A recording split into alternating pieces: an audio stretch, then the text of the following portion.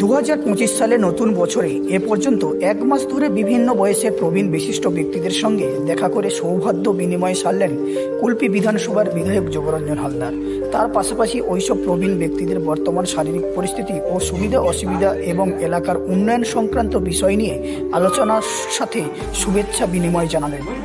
শনিবার দিন বাবুরমহল গ্রাম পঞ্চায়েতের অধীনে মদনমোহনপুর গ্রামে তিনবারের প্রাক্তন প্রধান কোহিনুর মণ্ডলের সঙ্গে দেখা করে সৌহার্দ্য বিনিময় জানালেন বিধায়ক যোগরঞ্জন হালদার।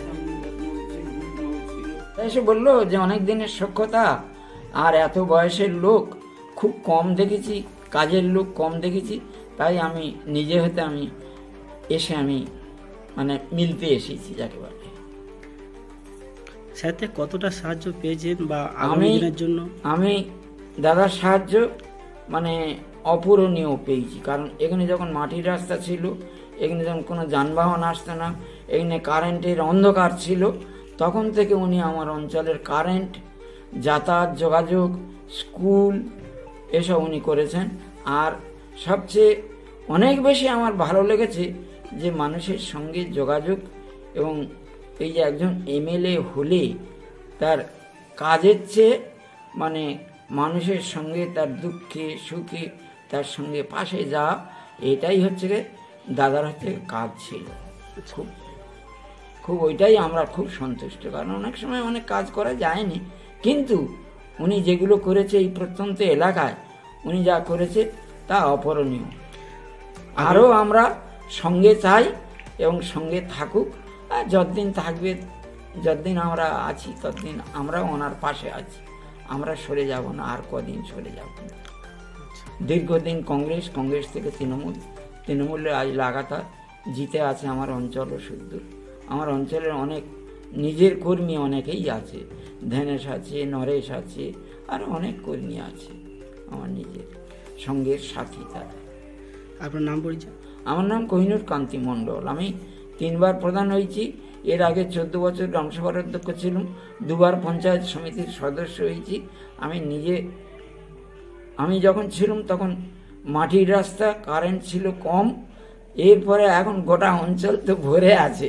কোন পঞ্চায়েতে ছিলেন? আমাদের বাবুরমহল গ্রাম পঞ্চায়েত। আচ্ছা, আপনার বাড়ি? আমার ঠিকানা তো মদনমোহনপুর। এভাবে কুলপি ব্লকের 14টি অঞ্চলের বিভিন্ন প্রান্তে প্রবীণ নাগরিকদের সঙ্গে দেখা করার জন্য পৌঁছে গিয়েছেন কুলপির বিধায়ক। আজকের আমি গত এক মাস ধরে যে কর্মসূচি করছি সেই কর্মসূচি করলাম। আমাদের পুরনো দিনের যারা সঙ্গী সাথী ছিলেন, আমাদের পরামর্শদাতা ছিলেন, প্রাক্তন প্রধান, প্রাক্তন স্কুলের শিক্ষক, অনেক বয়স হয়ে গেছে যারা সততার সঙ্গে, ত্যাগের সঙ্গে, ভালোবাসার সঙ্গে দলটাকে তৈরি করেছিলেন, যারা, আমি চেষ্টা করছি যারা বেঁচে আছে তাদের সঙ্গে যোগাযোগ করার, একটু সৌহার্দ্য বিনিময় করার জন্য। সেই হিসেবে আজকের আমি এসেছি আমাদের সবচেয়ে দূরের অঞ্চল, এটা হচ্ছে বাবুরমহল অঞ্চল। এটা একসময় আসা খুব সমস্যা ছিল, তখন পাকা রাস্তা ছিল না, মাটির রাস্তা ছিল, এখানে কোনো বিদ্যুৎ ছিল না, এখন বিদ্যুৎ হয়ে গেছে। এখানে স্কুল ছিল না, এখন স্কুল হয়ে গেছে। এখন সবটাই অনেকটাই ভালো হয়েছে, কিন্তু সব লোক বেঁচে নেই। সেই সময় আমরা যখন কংগ্রেস করতাম, সেই সময় যারা ছিলেন তারা বেঁচে অনেকেই মারা গেছেন, কয়েকজন আছেন বেঁচে, এবং প্রাক্তন শিক্ষক কয়েকজন। আমি তাদের সঙ্গে একটু সৌহার্দ্য বিনিময়, একটু শুভেচ্ছা বিনিময়, একটু ভালোবাসার কথা, এই জন্যই আসা। আজকের আমি এসেছিলাম কোহিনুর কান্তি মণ্ডল, আমাদের প্রাক্তন এই বাবুরমহল গ্রাম পঞ্চায়েতের তিনবারের প্রধান উনি ছিলেন, এবং পঞ্চায়েত সমিতির উনি 2বারের মেম্বার ছিলেন, এবং এখানকার তৈরি করেছিলেন এখানকার সংগঠনটাকে। ওনারও প্রায় 90 বছর বয়স হয়েছে, কিন্তু উনি সে তুলনায় অনেকটা ভালো আছেন। 90 বছর বয়সের তুলনায় অনেক ভালো আছেন। অনেকের কাছে গেলাম, তারা তো সব একদম, কেউ কথা বলতে পারে না, কেউ হাঁটতে পারে না, কেউ চলতে পারে না, কেউ সবসময় শুয়ে আছে, তার থেকে অনেক ভালো আছেন উনি।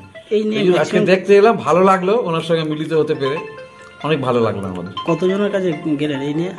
এ পর্যন্ত প্রায় 25 জনের কাছে আমি গেছি। এই গোটা জানুয়ারি মাস অন্য প্রোগ্রামের সঙ্গে সঙ্গে এই প্রোগ্রামটাও করেছি। হ্যাঁ, প্রায় 25 জনের কাছে গেছি। 14টা অঞ্চলে বয়স্ক লোক যারা সেই সময় ছিলেন আর কি, বিভিন্ন পদে, বা স্কুলে রিটায়ার্ড করেছেন এরকম, তো তাদের সঙ্গে আমি যোগাযোগ করেছি। তো আগামী কয়েকদিনের মধ্যে আমাদের বাজেট অধিবেশন শুরু হবে, তখন আমি তো আর যেতে পারবো না। ওই জন্য এই মাসটা এই কর্মসূচি আমি রেখেছিলাম। আর তো খেলাধুলো প্রতিদিন একবার 2-3টে করে, সকাল থেকে রাত পর্যন্ত পুরো জানুয়ারি মাসটা কেটে গেল এইভাবে।